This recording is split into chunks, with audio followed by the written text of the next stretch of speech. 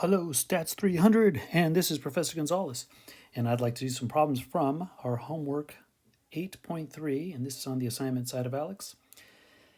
And so in 8.3, we're taking a look at performing confidence intervals of proportions. Now we've done, let's take a look here. Here is the formula sheet we have for the test, and you can access this in Canvas. Click on Files, and then click on Formulas and Tables. And this will be there for you. It's handy dandy formula sheet that also has these Z tables and T tables.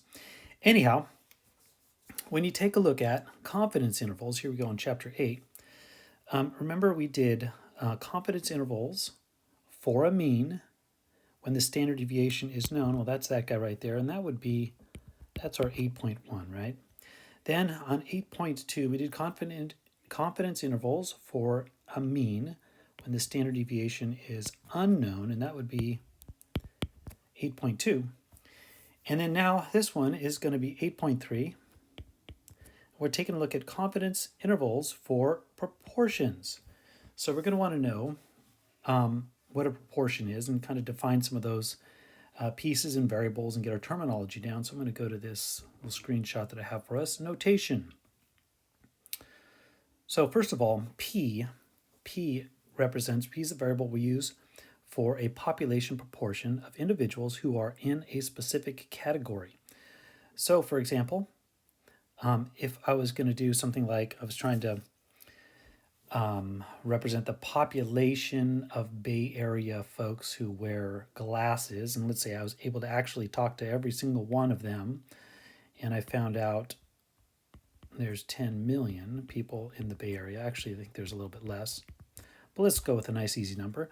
There's 10 people in the Bay Area, and when we interviewed all 10,000 of them, or 10 million of them, it turns out that 800,000 wear glasses, and so the 800 are the ones in the specified category. Now, we could do some simple math, reducing common powers of 10 essentially, but people will go ahead and reduce it like this, not really knowing that you're actually reducing common powers of 10. That would be 1,000 that you just reduced, and then we reduce common 100 there, right? 2 zeros. Well, anyhow, that leaves us with 8 out of 100. And of course, that reduces down further, but that's also kind of a nice decimal fraction, meaning that's 800ths, which we can write like that, which you could also write 800ths as 8%, percent per 100, right? 8 per 100. So this is different ways we can represent a proportion, and often it'll say something like P equals, they might say 8%, and then they might, mathematically it's nice to write it as a decimal, so we write it as 0.08. Now, when you see P like that, that is the actual population proportion, and that often is a hard number to get because often the population is this really large number, very difficult to talk to each person and then figure out which category, specified category that they're in. So the next thing we do is we sample. And so we do a simple random sample. And so let's focus down here to P hat. Let's call P hat. P hat is our symbol for our sample proportion. This is of the individuals who are in the specified category. Remember, our category in this little silly example is people that wear glasses.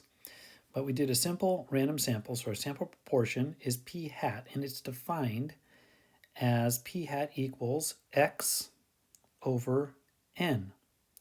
Let's talk about those variables. So I'm looking right here. I could point that out. Whoops, I could point that out.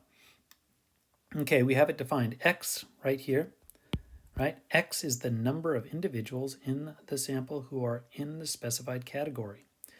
So now 800,000 wouldn't be X because that's that's coming from the population.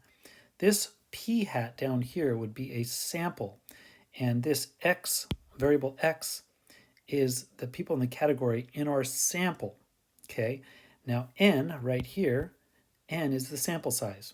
So let's say we didn't have time to go to the Bay Area and talk to 10 million people and figure out who wears glasses and who doesn't. So let's say we're just going to do a simple random sample. And let's say that we sampled 200 people. So that would mean that n equals 200 sample size. And then x, remember x is, oops, zoom back up. X is the number of individuals in the sample who are in the specified category. Well, X would be the number of people who wear glasses. So let's say I did a simple random sample of the people in the Bay Area. I sampled 200 people randomly, and it turns out that, I don't know, 20, let's say 20 of them wear glasses. So then my p hat would be 20 out of 200. But once again, we can reduce that down. You could reduce it down to a base of 100, which is great because then that's percents. Or you could just reduce it down, as you would maybe in a basic arithmetic class, something like that, where it would be 2 out of 20, 1 out of 10, right? At 1/10. Okay, so in this case, p hat, our sample proportion, would be 1/10. And of course, if someone was talking about a percentage, that would be 10%. Okay. All right, so that's the notation that you really want to get down. It makes life easier when you know the notation, you know what to do. Okay, let's see. What are we doing here? What else are we doing? We need to take a look at our confidence interval proportion. So now, as we did before, what's happening in 8.3 is we're looking at the population proportion. Now, the population proportion is P. And this is a hard number to get, right? It's definitely a specific number out there, but it's a very hard number to get. So what do we do next? Well, we do the next best thing, and we get p hat, which is the sample proportion. Now, let me go ahead and make that red. Now, p hat is a sample proportion, and it's also can be called a point estimate. But let me just call it sample.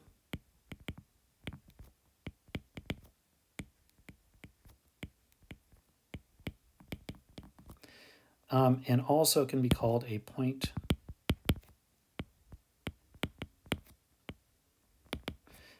estimate. Okay, so there's our p hat. There's our p hat right there. The next thing that we want to show, and let's see, it's always kind of challenging without. The product of those two numbers is going to make your margin of error.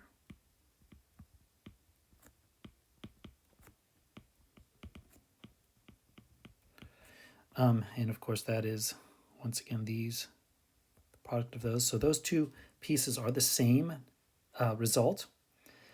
And to break that margin of error down a little bit further, we can do that. We can make, let's talk about, I don't know what color to use. I'm baffled all of a sudden. No, that's too close.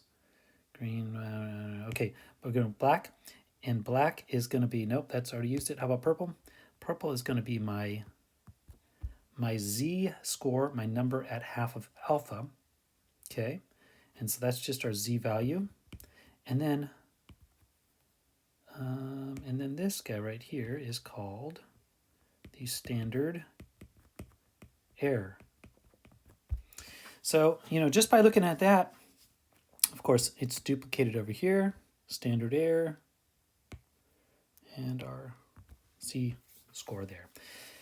Okay, so as we did with 8.1, 8.2, now 8.3, they're just proportions, but it's the same thing. It's this point estimate or sample proportion right here, and we subtract the margin of error, and then we take that sample proportion again, and we add the margin of error, and that gives us this interval where we have a certain confidence level that we believe that p-value is captured in that interval, because it's very hard in a population to just guess this population proportion.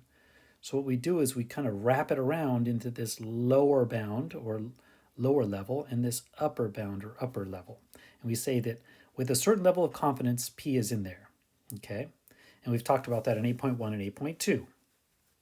So let's go ahead and do this thing here. So let's go ahead and go to the beginning, our first problem here, and we're zoomed in way too much. There we go. So here's our first problem.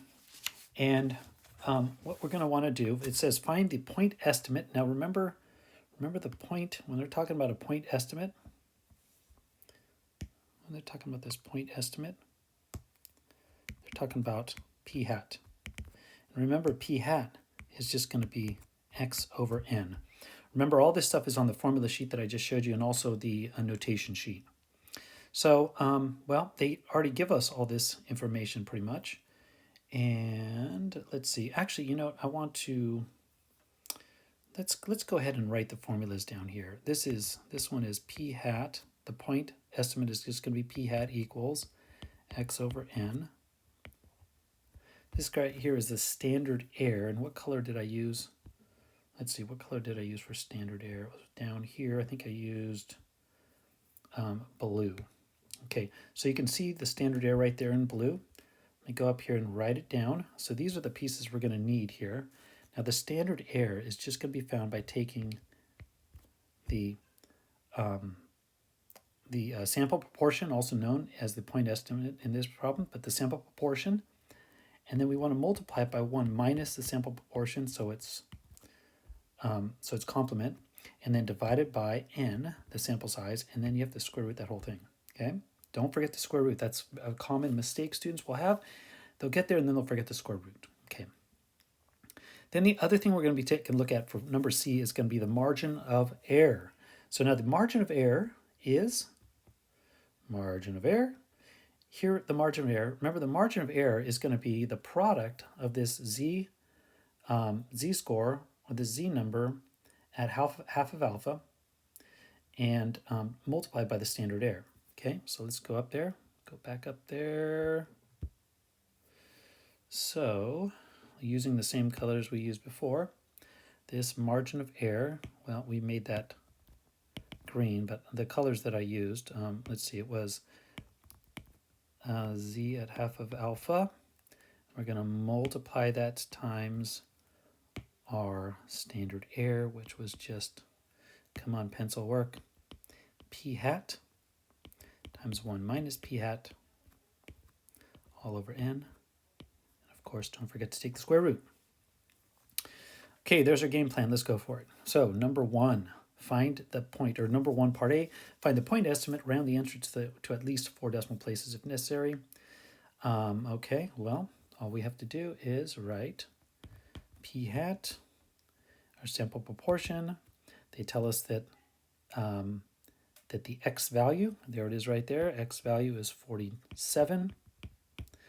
And the n value, there it is right there, n value is 95.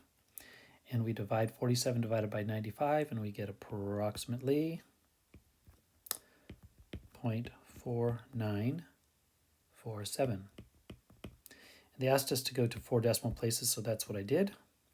So we can say that p hat, sample proportion, and I did round it, so I want to say approximately equal to 0.4947, about 49, a little more than 49%. Okay, that's easy. How about standard error? Part B, standard error, round your answers to at least 4 decimal places if necessary. Now remember, our standard error is just going to be this blue formula right here, right? So let's go ahead and grab some of those pieces. Well, we're going to need our p hat, which is right there. Now our p hat, let's see if I can fit all this in. I think I better move over here.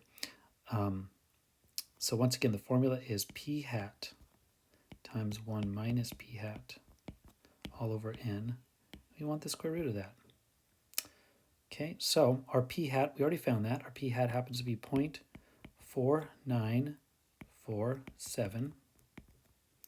We need to multiply it by this 1 minus p hat, right? So this 1 minus p hat is just the complement of p hat, and that ends up being 0. Whoops, that didn't work.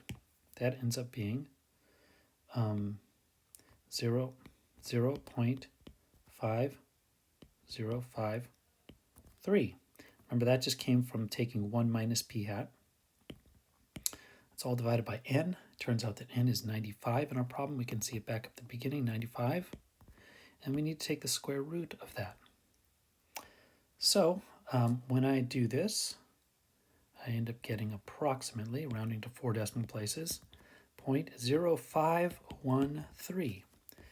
And this is called our standard error.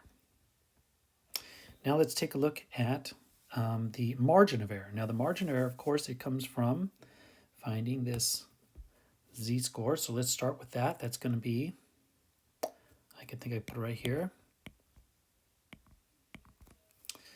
And what z-score are we looking for? Well, what you have to do is you have to know the confidence level on this. Now I showed you, I think on 8.1, that you could find the confidence level by hand, kind of a long way of doing it by taking a look at the normal distribution and taking a look at the Z chart. But we do these so many times, we actually have a confidence level table, I guess, just for this. So we want a confidence level of 90. So let me write up here, 90% confidence level. Let's go look that up on our Z table. And all we have to do, actually don't have to look at the Z table, look at my formula sheet, test formula sheet. At the bottom of that, I've got this confidence level table. And we wanted that for 90%. So we look up 90%. Whoops. We look up 90%, and that gives us that Z, or Z-score to half alpha, is going to be 1.645. All right, so that needs to be put up here. Let's go back to the problem.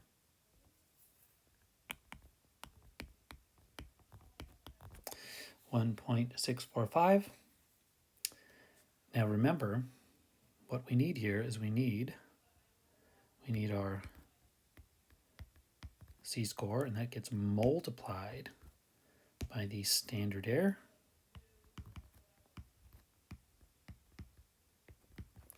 Remember, this was the standard error. So let's finish it off then. The standard error happens to be 0.0513. That gets multiplied by our Z value that we found with a confidence level of 90, happened to be 1.645. Now, when we multiply those two numbers together, we get this product that is, and it says round to 4 decimal places, so 0.0844. All right. So those are the components of finding that you need to find a confidence interval with proportion. Now let's go ahead and do that in a word problem here. This is number 2. Okay, it says among 250 cell phone owners age 18 to 24 surveyed. Okay, 103 said their phone was an Android phone. Okay, so right there, let's start getting some data here. Let's use the right variables. Among 250 cell phone owners surveyed. Okay, that's our survey or sample. Sample size is 250. It says that 103 said that their phone was an Android. So 103 said Android, so that's our X value. Part A, find a point estimate for the proportion of cell phone owners who have an Android. So once again, I want to make sure that we're looking at that specified categories for the cell phone owners who have an Android phone. All right, so let's do that first one, Part A. Now, Part A, You know what? I want to do something. Before we go forward, I want to take a look at some assumptions that are supposed to be met. And this particular author and these problems are not really making a big deal of the assumptions, but I feel like I need to at least address them, even though it doesn't come up. It doesn't have a place for you to talk about them. I'm going to talk about these assumptions for this to actually work. There are some assumptions that are supposed to be met. This method of constructing a confidence interval for a population proportion requires that the sampling distribution be approximately normal. The following assumptions ensures this. So if it doesn't tell us that the sampling distribution happens to be approximately normal, it doesn't tell us this. We can have these assumptions. We can go down this list. First of all, you must have a simple random sample. Okay. Next, the population is at least 20 times as large as the sample. Okay, got to check that. The items in the population are divided into two categories. So in my silly example, you had people that wore glasses and people that didn't wear glasses. Okay, so two categories. And the sample must contain at least 10 individuals in each category. So you had to have at least 10 individuals that wore glasses and at least 10 individuals that didn't wear glasses. And as long as these assumptions are satisfied, you can go ahead and use this sampling method, this method of constructing a confidence interval. Okay, like I said, that is important. They didn't really make that an issue on this problem, but I thought I would go ahead and at least run through that. Let me go ahead and run through that with you real quick right now. And where do I have enough space to do this? Assumption. Okay, I think I can probably squeeze in right here. I'm going to go ahead and zoom in a little bit. So let's do this assumptions. Let's kind of run through this real fast.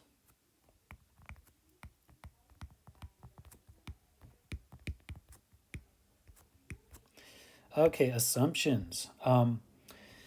First of all, this must be a simple random sample. Okay. Next, we need to look at the population and ask ourselves the question.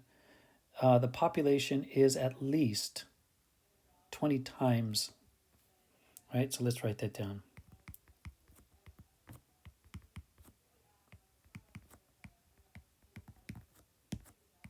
Population is at least now 20 times the sample. What is the sample size here?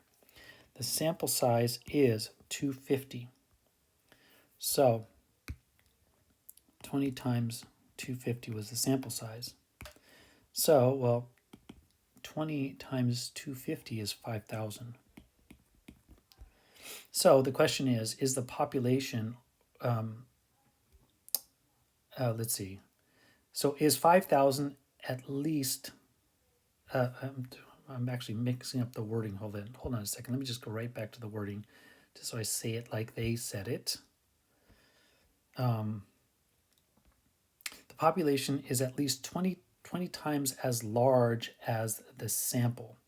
So then if we can go back, population is at least 20 times as large as the sample. So when you took the sample size and multiplied by 20, is the population at least as large as 5,000? And yes, the population would be. If we're taking a look at people that own cell phones, I would say so. So let's continue on. So that's checked. The next thing I'd like to do is take a look at the two categories. So what are the two categories? Are there two categories? And I would say yes, there are two categories. In this problem, there was what? Android users versus what? Not Android users.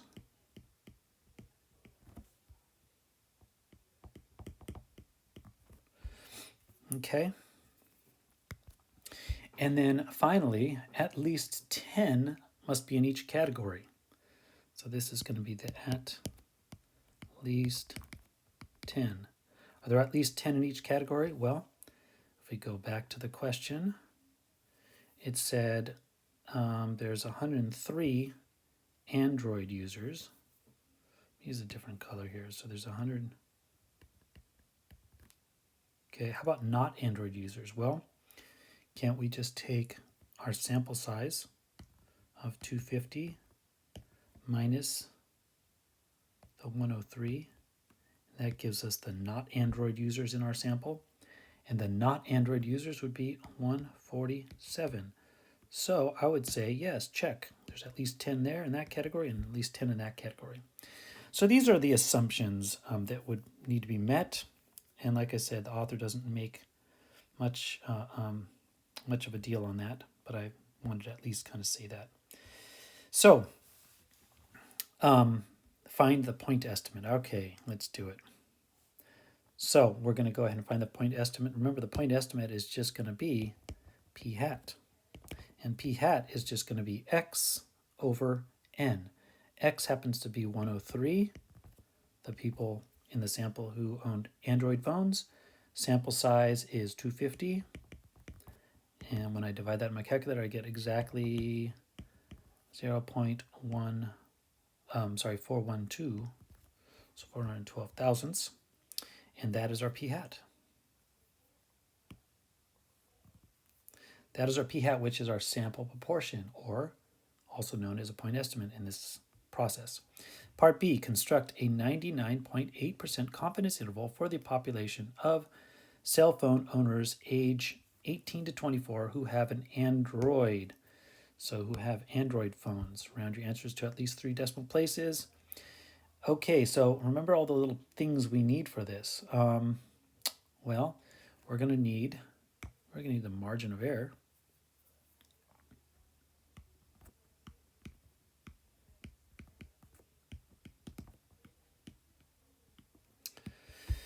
Okay, in order to get the margin of error, we're going to need that z-score for half of alpha, and we need that for a 99.8% confidence level. Okay, let's look that up. Go to my handy dandy test formula sheet. Let's get rid of the old stuff.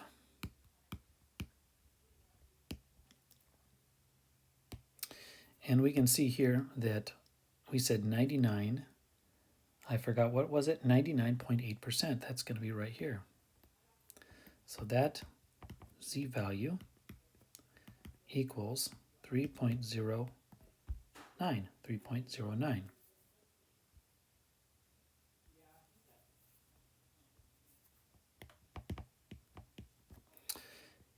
Okay, almost took that out there. Okay, so now maybe I put a little circle around it. That's an important piece. Now I need the standard error.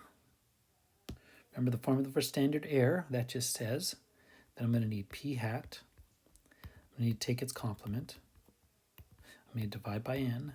I'm going to need to square root that. That's called standard error. Let's see if we can do that. So I'm going to need p hat, which is right there, 0.412. I'm going to need to multiply it by its complement. Remember, a complement is just 1 minus p hat, so 1 minus 0.412, and that just gives me 0.588. And then I'm going to divide that by n, which is 250, my sample size, and I must remember to square root that. And when I do that, I get a standard error. I'm just going to go ahead and write quite a bit of this down. It's going to be 0.03112915,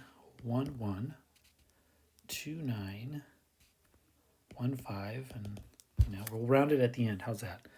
Now, our margin of error, remember our margin of error is found by multiplying this z-score number times the standard error.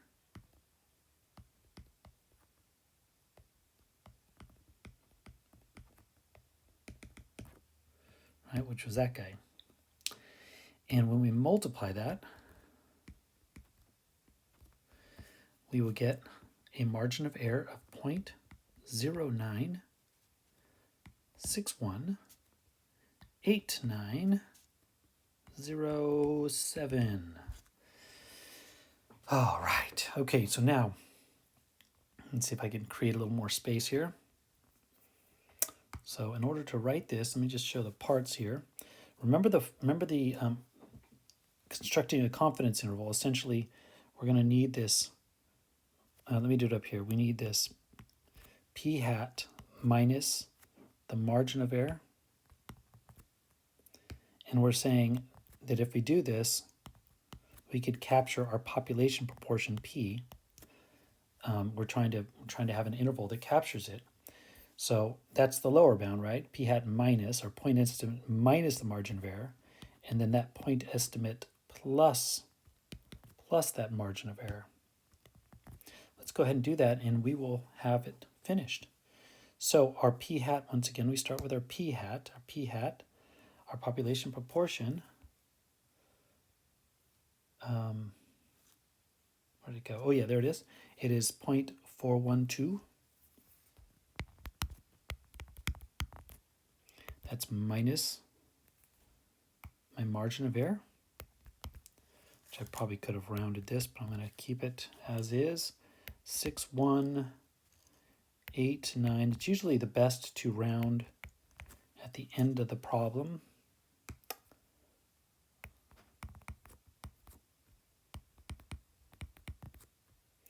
And then to get that upper bound, you take your p hat plus that margin of error. And let's see if I can be lazy and just copy that. Uh-oh, how come it won't copy? Oh, there we go. That's pretty lazy, isn't it? Okay, let's put it over here. Paste. That's lazy. I kind of like it though. Oh, it doesn't fit then. Darn it. Anyhow, so then I add that. Okay, so now to get this interval, I subtract and I get 0.3158,109. And I add that point estimate, or p hat, with the margin of error, and I get 0.50818907. They're saying let's round it to at least 3 decimal places. So when we do that, we get our answer 0.316.508. And there's our confidence interval at a, what was it, 99.8 confidence level. All right. Oh, now they've got more. Okay. Oh, but there's more. It says, Part C, assume that the advertisement claimed that 37% of cell phone owners age 18 to 24 have an Android phone. Okay. So this advertisement claims this. Does the confidence interval contradict this claim? So, you don't have to draw a picture. I'm just going to go ahead and draw a picture just to maybe drive this home a little bit more. There's basically 0%. There's 100%. And that means 50% is about there. And we just made a confidence interval that, if you want to, change this into percents, that would be 31.6%, right? That percent would be 50.8%. So if we're going to use those numbers, 31.6 is about like a third, right? Somewhere in here. And so let me write that. 31.6%, also known as 0.316. And then the upper bound we found was 50.8%, which is a little past 50%, barely, which is also known as 0.508. And so what we're saying is we've made this confidence interval that we have, and by the way, we have a 99.8% confidence level that we will capture it kind of means if you made 99.8%, more than 99 of these confidence intervals, if we're using this technique, should capture the population proportion P, and very, very rarely would it. So anyhow, our p-value that we're trying to figure out, we're not going to get the exact, but we're saying it's going to be somewhere in here, and we have a high confidence that it will be in there.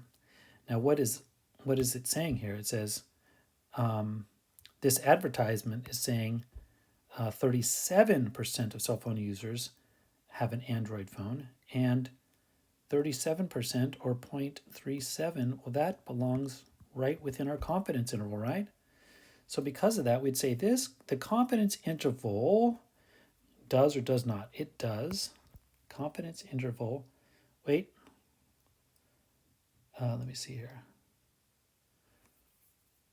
Assume that the advertisement claims 37% of cell phone owners have an Android phone. I got to be careful. Does this confidence interval contradict? No, it doesn't contradict. It actually right in line with that statement. So let me go back for a second here. It says the confidence interval does not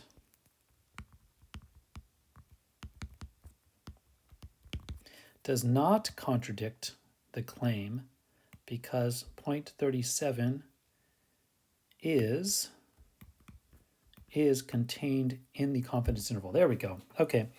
So normally we would say, it just depends on the wording, right? Because they said, does this confidence interval contradict the claim? No, it doesn't contradict it. It is in alignment with that claim, because our p-value or our population proportion is right in there, right? We're saying it's somewhere in there, and that 0.37 is within our confidence interval. Hey, let's take a look at the last one, which is working at home. According to the U.S. Census Bureau, 41% of men who work at home were college graduates.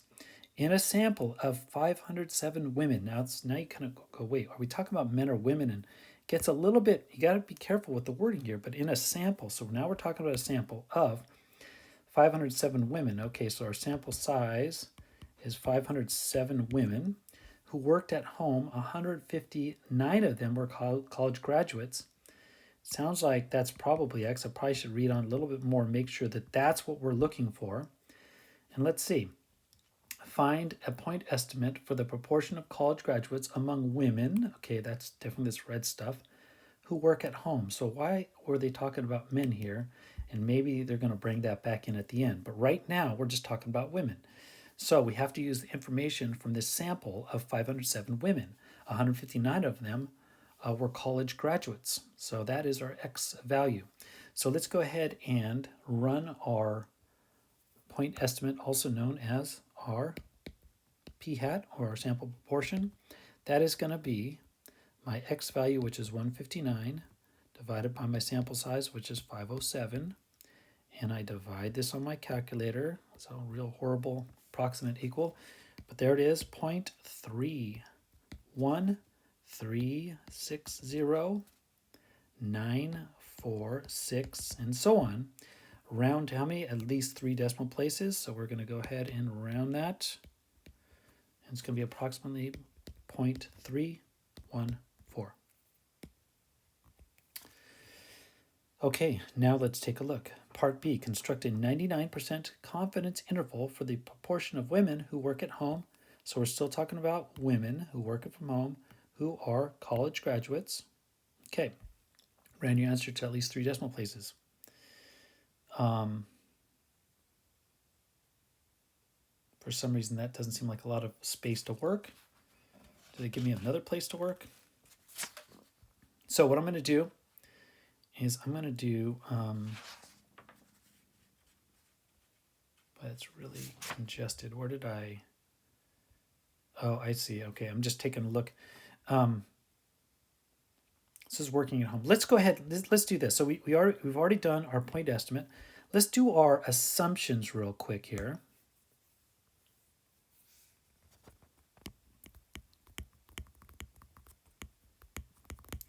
And remember, this author is not really highlighting this. I just want to do it real quick. So first of all, this must be a simple random sample, and I'm not sure if they gave us all that information, but they're kind of just letting us, like I said, they're not really honing in on this part of it. But first of all, it has to be a simple random sample. And then second of all, we need to make sure that when we take our sample size, we want to make sure that the population of women who work at home. So let's see. What's our sample size? It's 5. Okay, so let's do this. Let's take our sample size is 507. If we take that and multiply it by 20. Now the reason why we're doing this is, remember, our second assumption is that our sample size, or our population, is at least 20 times greater than the sample size. So I'm going to go ahead and multiply that, and that gives me 10,140. And that just gives me a confidence. Is that true that is? And I would say, yeah, I think this means that the population of women who worked at home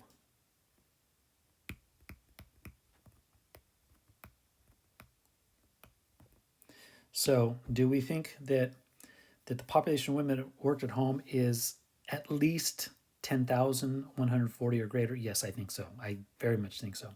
So that's pretty obvious that that's true. Let's go ahead and take a look at the next one, which is taking a look at are there two categories? Yes, there are two categories. What are they?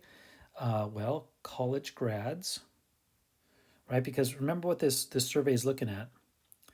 In the sample of 507 women who worked at home, 159 were college graduates. So what are the two groups? Well, there's college graduates. These are the women that worked at home. There's college grads versus what's the other group? Not college grads. Okay, so there's clearly two different groups. Once again, X happened to be 159 were college graduates. That was the X. That's the category that we're looking for. But then the complement of that, or the other group, happens to be not college grads. Okay, and then the last little bit here is that each one of those two categories, college grads and not college grads, has at least 10 in that population, or in that at least 10 in the sample. Okay. And it turns out the college grads in this sample were 159. And so then we can take my sample size, which was 507, and I subtract that from the college grads. And that's going to give me not college grads, which happen to be what? 348. And both of those are at least 10. So we're good. So our assumptions are met, and we can move on. Now, like I said, in the homework and on the test, if they're not asking for those assumptions, there isn't even a place to put them, so you don't have to really worry about them. But it's nice to kind of review that. Okay, let's now move on. Now we're going to go ahead and construct this confidence interval. And I don't have a lot of space here, so I'm going to work this confidence interval down here, I believe. I kind of mapped it out, make sure I have space to work. Yes, right here should work just fine.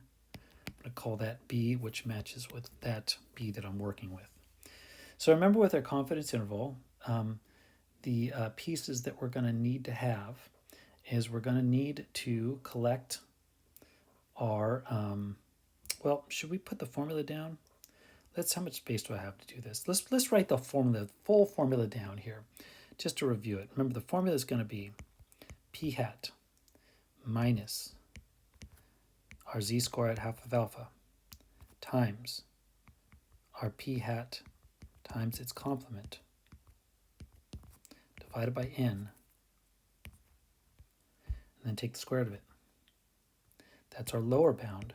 We're trying to capture p within this interval, our population, right? Population proportion. Now, our upper bound is just going to be p hat again, instead of subtracting it, we're going to add it. And here comes my laziness. I'm going to go ahead and see if I can just, oh, did that work? Try again. Oh, see, I'm a little bit of a rookie on this again here. There we go. So then I copy, and then I paste, and then I can be lazy, just like that. So proud of myself. So now, so there's the formula. Okay, so we need to figure out those pieces. Now we already do know p hat, because I think we found that in this previous problem. Yeah, p hat is 0.314. So p hat is, if it can work, 0.314 minus, of course this is going to be the same there, and then 0.314 plus. And this little bit right here is going to be our margin of error that we need to figure out right now. Let's work that down here. Got some space. So remember margin of error. In order to get margin of error, first thing we're going to need is we are going to need this z-score, and that's with a confidence level of, where to go, 99%. So this is a 99% confidence level. Let's go look that up. 99% confidence level, going to be down there. Let's see. 99% confidence level. There we go. So that z-score that we need is 2.576. Okay.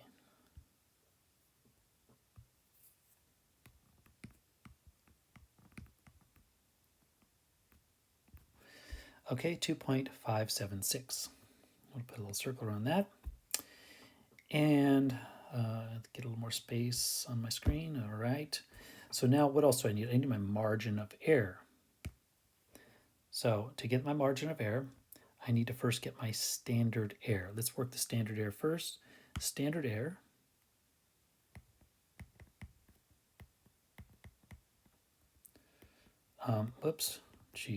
my standard error is going to be, remember, it is just going to be my p hat. So it's going to be p hat. Where's p hat? P hat happens to be 0.14 times its complement, right? So what's its complement? Its complement, so we've got p hat, and then we've got 1 minus p hat, right?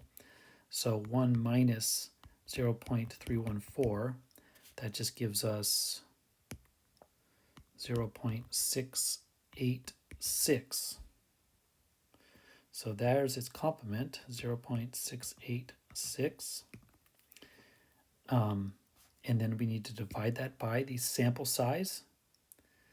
And the sample size, once again, is 507. And then don't forget to take the square root of all that.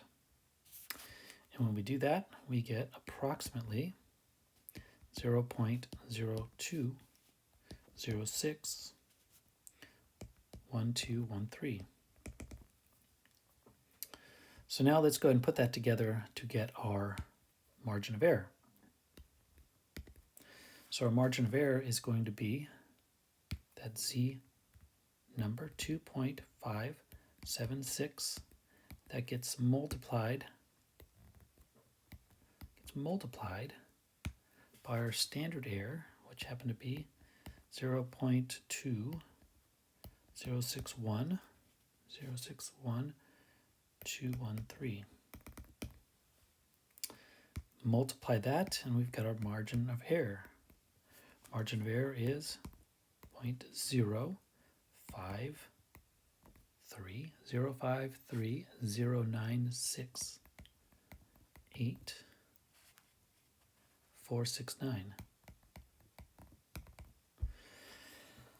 Okay, so now I think I'm going to get rid of this stuff so I can now complete my problem. And I'm going to grab, see, I'm going to get lazy again.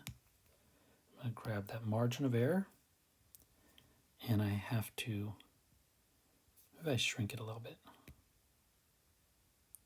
So I take that margin of error and we subtract it. Oh, it actually moved. I didn't copy it. Well, that was not what I wanted.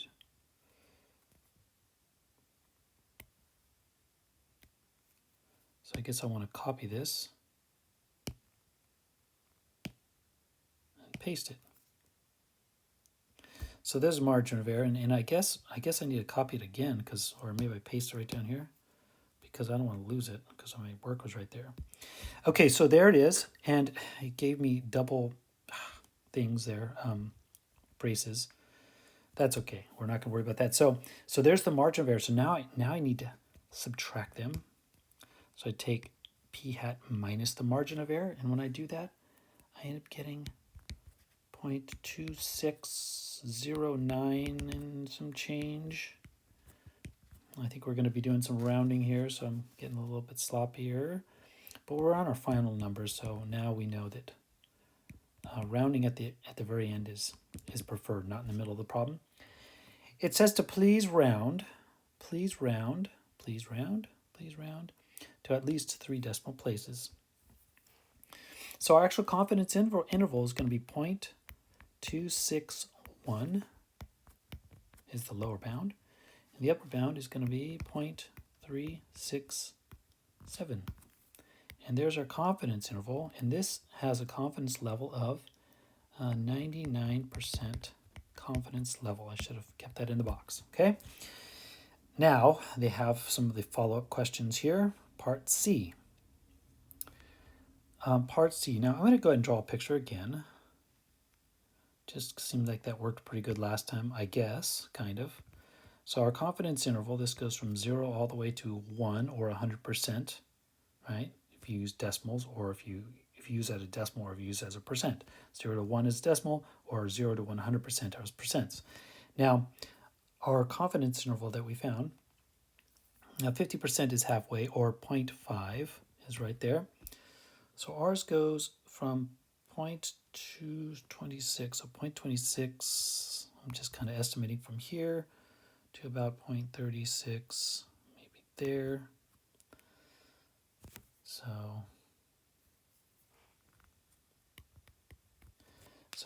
This was 0.261.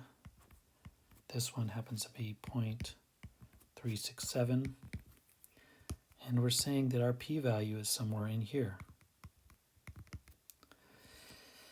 Okay, now what's the question that they have? Well, they're asking about this other thing.